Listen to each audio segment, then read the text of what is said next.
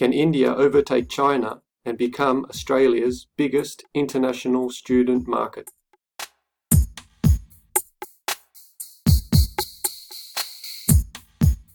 See who will win the race, China or India.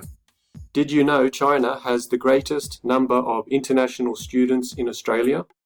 I can imagine the images now at the airport, hundreds of students lining up at immigration as they enter Australia for the first time. It must be so exciting for them. Back in 2009, India had more students than China in Australia, but now they only have half the number of China. China has nearly 250,000 international students in Australia, and India has around 125,000 students enrolled in Australia. When you think about it, that's a lot of PhD and scholarships offered to these students. This is a good thing for them.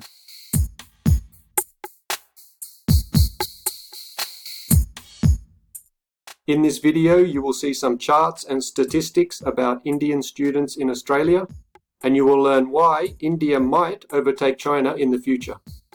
For this presentation, I have used an article from macrobusiness.com.au, and it is titled, "Can India Become Our Biggest International Student Market?"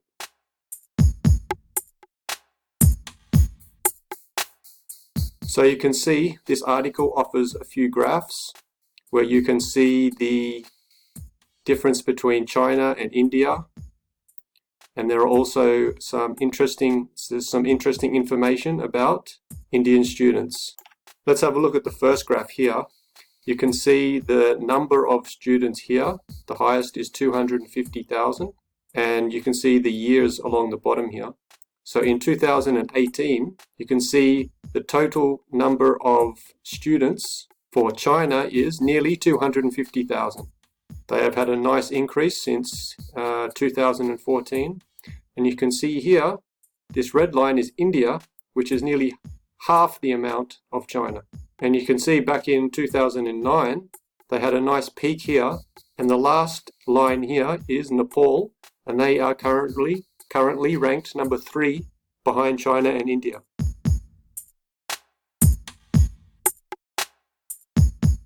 This is another interesting chart. It is titled Australia's International Student Exports by Source Country. So exports means the amount of money that they spend in Australia. For example, living costs and the cost for the course fees and so forth. So any money that they spend in Australia. You can see that China up here has 12 billion per year, and India here has around $5 billion per year student exports into Australia.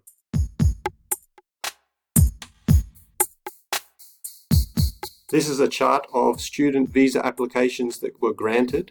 So you can see here nearly 90,000 for China in 2018. For India, you can see at this point in 2009 they were greater than India, but then they went back down again, and now they are up here at around 60,000. Now let me read you this little section of the article.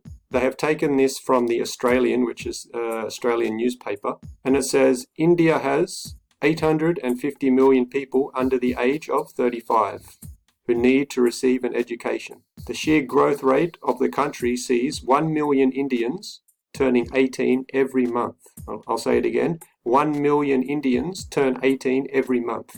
Despite the availability of world-class educational institutions, such as our own universities, there simply aren't enough higher education places to satisfy the demand of all of these young 18-year-old Indian students who need to find education.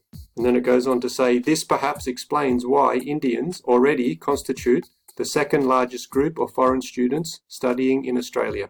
As the Varghese report says, if Australia can maintain its growth in international students and recapture its share of Indian students from its 2009 peak, from the graph that I showed you before, then direct revenue from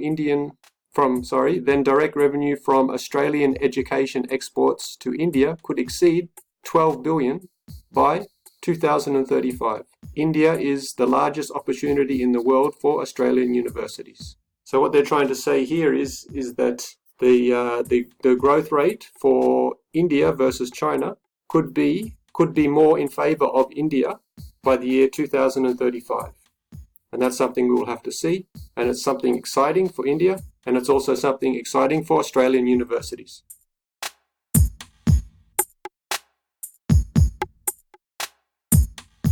There's another graph on the page here which is closely related to the topic. It's titled, Number of Months Foreign Graduates Can Search for Jobs in the Country. So you have a list of countries here, and you have the number of months that students can search for jobs after they graduate. So you can see Australia gives students 24 months to search for jobs after they graduate. Compared to UK at the moment, they only give 3 months. But you can see this line here. This means that they are planning to increase it to 24. So this is an exciting thing for the UK.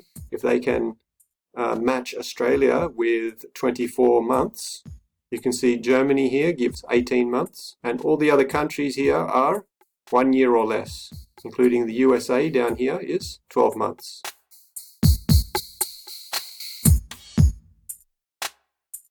We hope this video was beneficial for you. We hope that it can help you make your decisions about where you want to study, and we hope that it will make an easy path for you to graduate and to do it in an easy way. My name is Artie McDowell from Onto Australia, and I help international students like you to graduate, to study in Australia, and to do it in an easy way. If you have any questions, please leave a comment below in the box. If you liked the video, hit the like button.